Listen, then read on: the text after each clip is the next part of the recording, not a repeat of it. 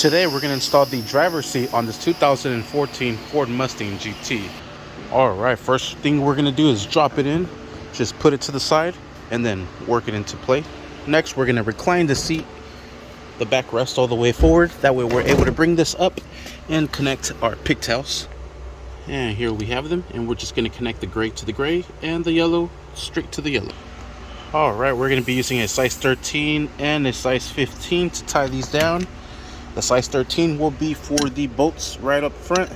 Let's go ahead and put these into place, and we'll go ahead and secure these down, and just make sure they're secured on both ends.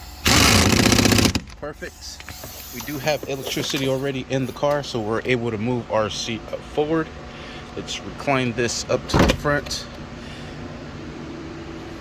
Should have done that already, but I have my bolts and nuts in the little center console, so I had to grab them, and we'll grab our nuts and we'll put these into place.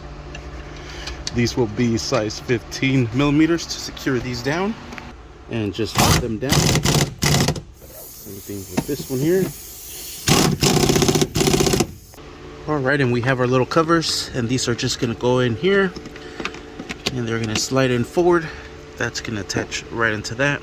All right, and there you have it. I actually had these switch, but there you go. There's a bigger one goes here, smaller one goes on the other side, and that is how you install the driver's seat on this 2014 Ford Mustang GT. Thank you for watching. Please like and subscribe.